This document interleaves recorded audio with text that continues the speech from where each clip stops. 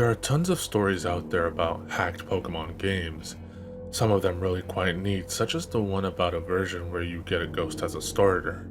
Some are ridiculous, silly stories about individuals dying after playing a game, or the game talking to them. God, don't these writers know less is more when it comes to these stories? Oh well, I digress. I grew interested in these hacked games that are apparently in any thrift store, on eBay, or handed out by homeless people to random passerbys. I didn't have the pleasure of meeting these creepy people. I merely found this particular cartridge in a trash bin when the garbage truck backed into my neighbor's dumpster. I noticed the game and asked the trash man if I could take it, and he didn't seem to mind. It was thrown away after all. I of course checked with my neighbor to confirm if they actually didn't want it, though they seemed perplexed, as if they've never seen it in their life. Their son made a grab for it, a little boy who saw the Charizard on the cover crying out, "Pokemon, I want mommy," but his mother told him no, seeing as I found it. He didn't even have a Game Boy anyway, he just liked the Pokemon. Thinking nothing more, I simply went home, licking out the cartridge sticker on the way, just a plain old red version. The sticker torn slightly across the Charizard's neck, but that was expected with such an old game. I had blue version as a kid, so I was a bit eager to see the, albeit minimal, differences red version had. I was rather disappointed by what I saw when the title screen showed up. Pokemon Strangled Red version. Well, damn it, it was a hack. Hacks were neat and all, but they had zero monetary value. The original's quite valuable by now, and I wanted to play Red anyway, not this crap. Oh well, it was free. Might as well try it. The name was odd, however. Strangled Red? That made no sense, not even in a morbid description of someone being asphyxiated, as people turn blue when choking, not red. Who knows, maybe there was a pair of these hacks and I just got the red one. The more I thought about this though, the more interested I became. My initial disappointment turned into curiosity. I wanted to know what the creator had made, and I was going to know everything I saw. The first oddity I noticed was the start screen had a Charizard next to the trainer instead of a Charmander. Also, the Pokemon never cycled through like the original versions did. It just stayed Charizard, even after 5 minutes of waiting. Shrugging, I hit start, noticing there was no Charizard to cry as I did, like there was supposed to be. I saw there was a continue option, so I figured I'd do what everyone did with used games and see what the previous owner had done. No. I blinked in surprise. No? What do you mean no? The game wouldn't let me continue no matter what, though on the fourth attempt, I heard the Charizard cry, quiet and barely audible. But there. Shrugging it off, I decided to hit new game, like I would have done after checking the old file anyway. The screen cut to black for a while. No Professor Oak, no starting theme, just nothing at all. Eventually the screen came back, showing a bedroom, 2 beds, 2 TVs, and a computer in the corner. My trainer sprite was the usual one, consistent with the original red version. I was curious as to why it didn't ask my name, though that was answered as I opened the pause menu. Noticing my trainer was named Steven. No, this isn't my real name, or some stupid crap like that. This game isn't self-aware or haunted, at least not that I know of. It just had a name chosen already. Curious, I saw he had the starter amount of money, no badges. He didn't look like Red though. His hair was longer, almost reaching halfway down his back. Red's usual smile replaced with a confident smirk. Honestly, I found this sprite much cooler than Red. Next, I checked out his Pokemon, a single Charmander at level 5, named Miki. Nothing was odd about it, or should I say her, with the name and all. She had a beginning Charmander stats, only knew Scratch and Tail Whip, basic stuff. The game seemed relatively normal. Returning to the game, I walked about the room, noticing Steven's long hair was present on the back of my trainer's sprite, when my back was turned to the camera. I didn't recognize the house, but I descended the stairs to see more. Downstairs was another trainer, who spoke to me the instant I came down. Mike, ready yet? Steven. Yeah. I assumed this Mike was my rival, pre-decided for me, a replacement of Blue most likely, though I thought back to the bedroom having two beds, realizing they weren't just rivals, they were brothers. They talked back and forth, basic Pokemon dialogue, become a Pokemaster, catch 'em all, stuff like that, before having a little argument over which is better, Charmander or Squirtle, which of course led to the introduction battle like the one versus Blue in the lab. Simple enough, scratch, tackle, till I won purely for having the first turn. I took note of how much better Steven's sprite looked in combat than Red's, a different pose, his hair looking like it was blowing in the wind, a brief minor upgrade but still much nicer.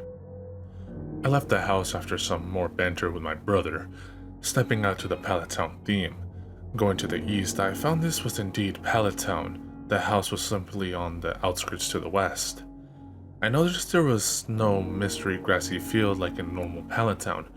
Wandering about, I decided to check in on Red's home.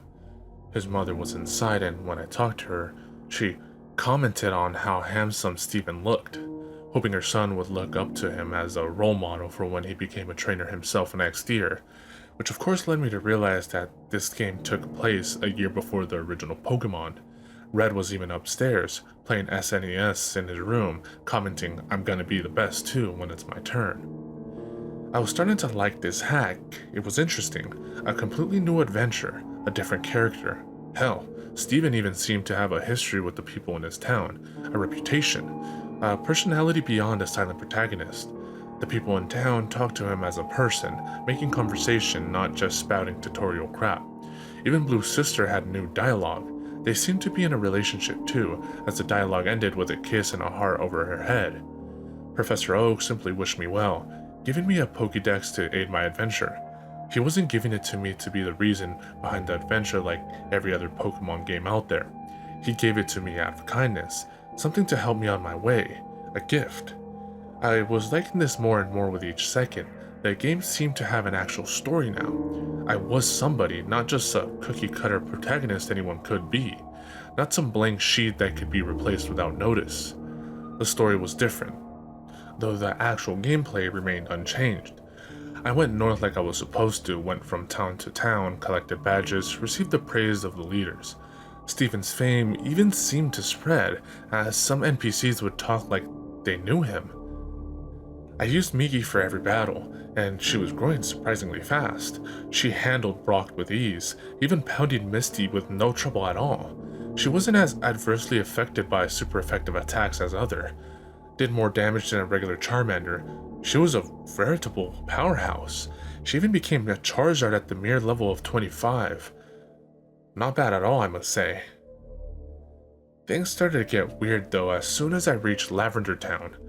I know, Lavender Town is the focus behind every creepy story and the like, but it was the only place that was noticeably different.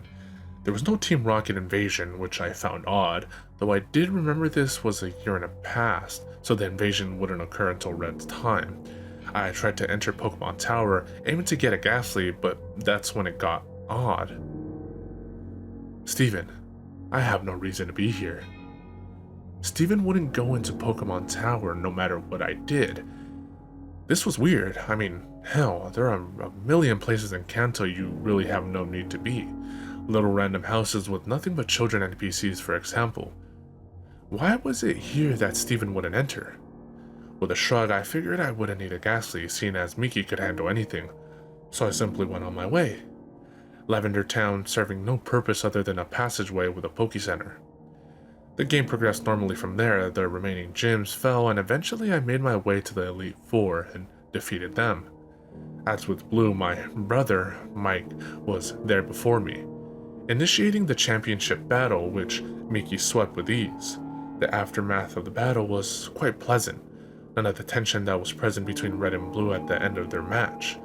The brothers congratulated each other on their progress and shook hands before the screen went white. No Hall of Fame nor any credits. When the screen came back, it was at the house again, and the two brothers sitting at the computer, conversing with each other. Steven, I don't want to. Mike, Come on, I just gotta borrow her for a second to finish the Pokédex. The entry won't register unless she recognized me as a master for just a second. Steven, but she's my Mickey. Mike, I promise I'll give her back. Come on, please? Yes? No. I was a bit perplexed, so I hit no to be cautious. Mike, come on, please? No. Come on, please? I realized this would simply continue to loop until I hit yes, so I did, just to see what would happen. Mike, alright, this will just take a sec. Then we'll both be Pokemasters. Steven, ... The screen changed to the animation shown when two people trade Pokemon, which I found a bit weird, seeing as I was solo, but whatever. This was what was apparently supposed to happen. Miki went first. I watched lazily as she began to travel down the trading tube. Snap! That made me jump, the sudden noise resonating in my silent bedroom, loud due to the volume being way up. Looking at the screen, I noticed the game had seemed to freeze. Mickey's still in mid-trade, but the game wasn't doing anything. With a sigh, I had just turned off the game, wondering when my last save was. When the game turned back on, I stared for a moment at the start screen. There was no Charizard next to the trainer. Upon pressing start, I saw the new game option was absent, leaving only continue. This was strange to say the least, so I selected it. The game starting without even showing my stats as usual. My jaw dropped at what I was greeted with. 1 year later. The Lavender Town theme came first, playing its normal way, the screen slowly fading in from blackness. Steven was in the Pokemon Tower, which made the music even stranger, seeing as the tower had its own theme. He was standing in front of a tombstone, not doing anything. Wondering what was going on, I pressed A. Steven, ... Confused, I tried walking, realizing I was indeed in control of the moment. I brought up the pause menu and checked my party. Mickey was gone. Not just Mickey, all Pokemon. He had nothing. The Pokédex was absent from the menu, his bag was empty. Honestly concerned now, I checked his trainer card. He had no money, he had no badges. His playtime was 8,795 hours, which was impossible as I had only 30 logged in before. But that wasn't the strangest part. His picture. The picture of the handsome, yet confident young trainer was different. His eyes were blank, his face turned slightly down, that smirk of his was gone, replaced by a lack of any expression at all. That long hair of his, before in a perfect perm, was now messy and unkempt. I couldn't look at him anymore. Closing the menu, I went to move out of the tower, but with every step I took away from the tombstone, the screen flickered, like it did when a Pokemon was poisoned. Gulping, I brought up the trainer card again. His picture was getting worse. Every step I took, he hung his head more and more. His shoulders slumped. He bent over. By the time I had exited the tower, he was on his knees, hands to his face, hair draped across him. I had guessed already what was going on, but this clinched it. I began to put some things together in my mind. I had always wondered why there was no champion in the original games beside your rival. Why is it you, the protagonist, had to beat your rival when he just waltzed in, no previous champion to challenge? Then it struck me. The answer was right here. The previous champion gave up. His precious Mickey was apparently dead, and with her, so died part of him. His Pokédex, the other Pokemon, his badges, his fame, all of it. He threw it away. In that year, the year that I missed. The year where all those hours came from. I even did the math. There is 8,765 hours in a year. Add that to my 30 from before and it matched up. Even so, the game kept going. This should have been an ending, I thought. I mean, what else was there to do? I had no Pokédex, no Pokemon, not anything. What was I supposed to be doing? I talked to everyone in the town, but they all said similar things. Are you okay? Still mourning, I see. Everything will be alright. Please, is there anything we can do? Steven never replied to them, and they all simply said the same things over and over. I couldn't put the game down now. This was all so strange. Curious, I headed off into the tall grass and eventually got into a battle with a Rattata. No Pokemon was sent out, just Steven's sprite. I was wondering how I'd battle. Wild Rattata left you be. The battle ended without anything happening. This was certainly interesting, and it happened with every Pokemon I encountered. Wild Pidgey ignored you. Wild Ponyta wandered off. The music never changed either, no matter where I went. Lavender Town came from the speakers, following me. Sometimes slowed down slightly, sometimes not. I searched everywhere, every town, talked to everybody, wondering just what the hell I needed to do. My frustration was mixing with the depressing atmospheres of all this, making the experience altogether unnerving and uncomfortable. I couldn't tear myself away. I was starting to get a bit angry though. Nobody telling me anything besides giving me their condolences and trying to give me items like lemonade or coffee, each met with, "Steven, no." I slapped myself for idiocy, suddenly realizing how the likely answer was right in front of me. Peloton, of course. When I went there though, which took a long time having to walk, no Pokemon to fly with, no bicycle to ride, and Steven only seemed to move half the regular movement speed, it wasn't much different. I first tried talking to Professor Oak. "These things happen, you were just unlucky." Next I tried Blue's sister. "Please, don't leave home again." Red's mom wouldn't even talk to me at all. With nowhere else in mind to go, I walked to the west, finding the house from the beginning, which I never had entered since leaving Palatown. Inside was Mike, but talking to him was just as useless. "Mike, I'm so sorry." I pondered for a moment if this was really the ending. Steven doomed to do nothing but roam Kanto in misery, haunted by the memories, forced to listen to everyone's concerns about him. As a last-ditch effort to do anything, I went to the bedroom and walked over to the bed. "Steven, I'm going to sleep." The screen faded to black for a moment, but then slowly faded back in, the world having a black tint to it. Mike's sprite laying in the other bed. I assumed this meant it was night. "Steven, I'm going to do it." "Do what?" Again, I had no idea. I tried inspecting everything in the room, nothing happened. As soon as I left the house, another dialogue. "Steven, it can bring her back. It can do anything." What in the hell was it? Something that could do anything, I couldn't for the life of me figure it out. Wandering about, I tried to leave Palatown the usual way. Not that way. He wouldn't go any further. I tried the homes. "Steven, screw them." I quirked my eyebrow at that, forgetting for a moment this was not a real Pokemon game. The vulgarity just took me off guard. I continued to look around, but there was nowhere I could go, until I accidentally stepped on the ocean, and Steven walked right in, only the upper half of his sprite visible, just like the swimmers you encounter in the Cerulean Gym. I didn't know he could swim. "Steven, the missing one." Missing one? I paused for a moment. No, he couldn't possibly mean that. I hadn't tried the missing no trick on this hack yet, but it just fit too well. That had to be what he meant. I surfed all the way towards Cinnabar. I began to feel something was off. More so than this already was. Silence. The Lavender Town theme had stopped. There was no noise at all. Nor were there any Pokemon. I just kept going, finding Cinnabar and surfing up and down the east coast. Lo and behold, Wild Missing No appeared. "Steven, mine." Wild Missing No was caught. What the hell? Steven didn't do anything, he just commanded that atrocity of broken data to join him. No, become his possession, and it did. I was getting more and more disturbed by this all. Checking the start menu, I saw Missing No was not in my party, but instead an item, making things even stranger. I checked the trainer card as well. Steven has his back to me, his long hair draped behind him, his hands in his pockets, nothing else.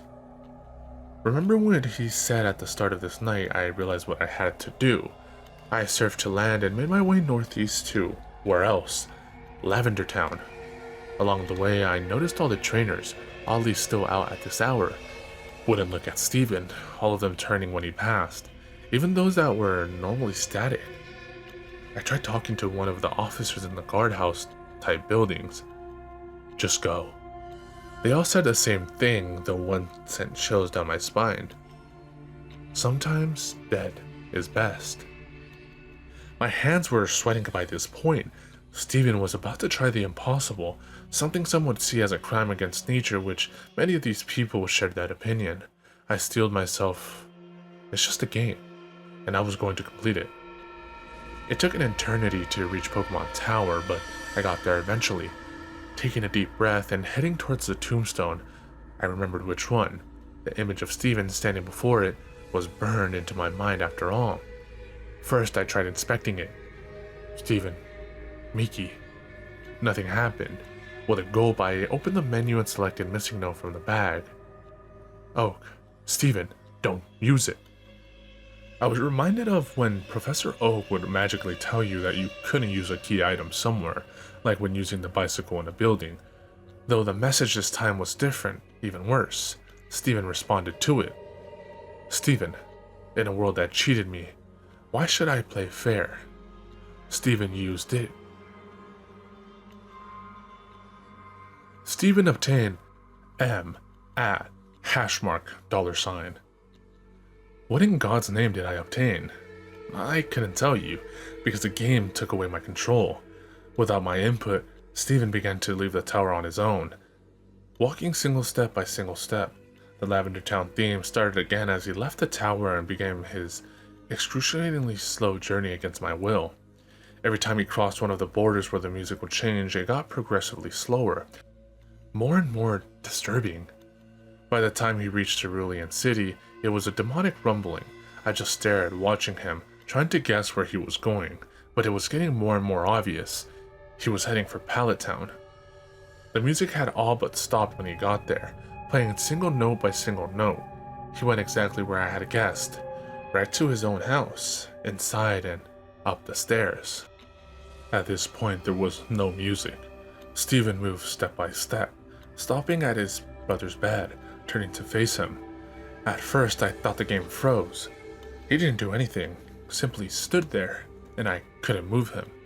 I did, however, find out I could open the pause menu.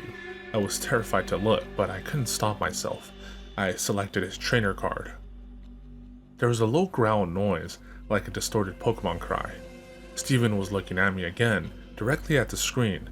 He was hunched over, his bangs obscuring his face. His hair was wild and feathered out. Between his bangs, there wasn't even a face at all, just black.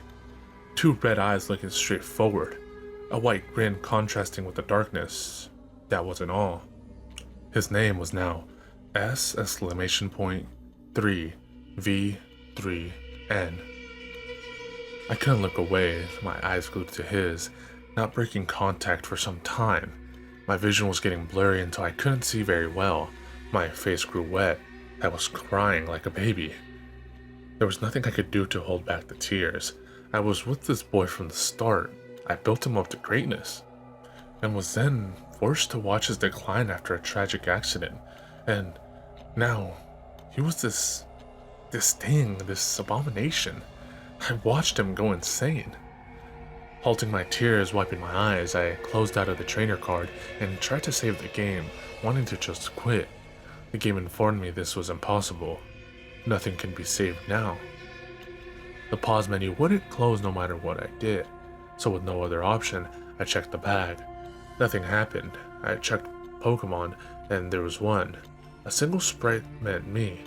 It had 0 HP, its status, dead.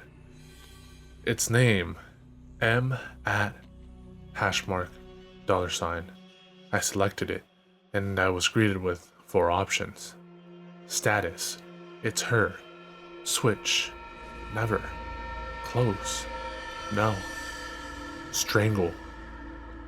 My fingers shaking, I selected Strangle, and the menu closed, showing Steven in the room again. Steven, goodbye. Snap. The game shut itself off. I was more dumbfounded than frightened. In a bit of a shock, I turned it back on, the title screen showing the manic Steven and a horribly glitched Charizard. I pressed start, then continue. All I saw was a zoomed out view of Palatown, showing Steven's home to the west, tall grass surrounding it, those unmovable stones blocking it from the rest of the town. The image was completely static, no music, no movement, before fading to white, going back to the title screen. It was as it had been when I first popped it in, a trainer and a Charizard. I attempted to hit continue. No.